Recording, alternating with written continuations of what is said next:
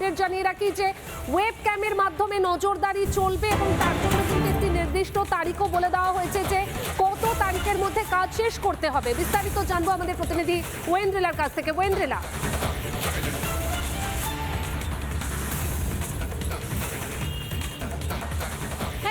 নির্বাচন কমিশনের আগেই নির্দেশিকা দিয়েছে যে সুষ্ঠুভাবে নির্বাচন করতে হবে, তাই প্রত্যেকটা বুথে থাকবে ওয়েব ক্যামেরা এবং নির্দিষ্ট জায়গায় রাখতে হবে যাতে যে ভোটার ভোট দিচ্ছে তার গোপনীয়তা কোনোভাবে ক্ষুণ্ণ না হয়। সেই জন্য ক্যামেরার প্লেসমেন্টও থাকবে সঠিক জায়গায়, আলোর প্লেসমেন্ট থাকবে সঠিক জায়গায়, যাতে কোনোভাবে এই ভোটের যে গোপনীয়তা তা একেবারে সামনে না চলে আসে, যা আর অন্য কোনো ব্যক্তি না জানতে পারে।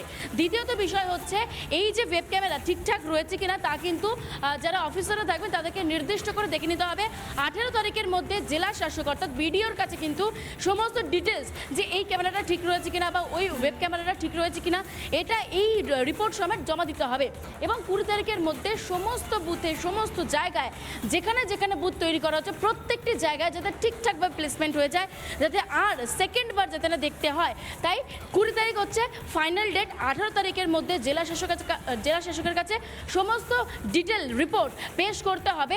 এবং শুধু তাই নয়, 20 তারিখের মধ্যে সবটা যাতে একদম ঠিকঠাক বসে সেটাও কিন্তু ওই ডেডলাইন হিসেবে 20 তারিখ বলা হয়েছে।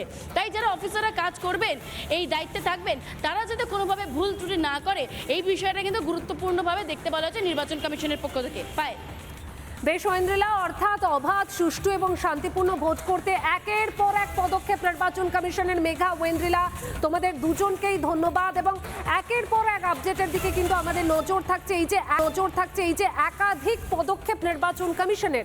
রাজ্য বিজেপির সভাপতি শ্রমিক ভট্টাচার্য কি বলেছেন এ বিষয়ে রাখবো আপনাদের সামনে। আমি বাংলার বুকে এটাও দেখিনি যে কোনো আদিবাসী মহিলা বিজেপিকে ভোট দেওয়ার অপরাধে মাথা কামিয়ে নাক্ষত দিতে দিতে গ্রামে ঢুকতে হয়েছে। এটা দেখিনি যে বিজেপি নির্বাচনে প্রার্থী হবার পর তাকে বাধ্য করা হয়েছে 5 লক্ষ টাকা জরিমানা দিয়ে তার বাড়িতে ঢুকতে। এটা আমি দেখিনি। আমি আমার জীবনে এটাও দেখিনি যে দেশের রাষ্ট্রপতিকে একটা সামান্য ময়দান পর্যন্ত প্রোভাইড করা হবে না, তাকে সমস্ত সিকিউরিটিকে ধূলিসাৎ করে দিয়ে একটা গলির মধ্যে নিয়ে গিয়ে তার প্রোগ্রাম হবে। এটা দেখা যায়। নানা ধরনের কন্টেন্ট দেখার জন্য লাইক করুন, শেয়ার করুন আমাদের ফেসবুক পেজ, সাবস্ক্রাইব করুন আমাদের ইউটিউব চ্যানেল।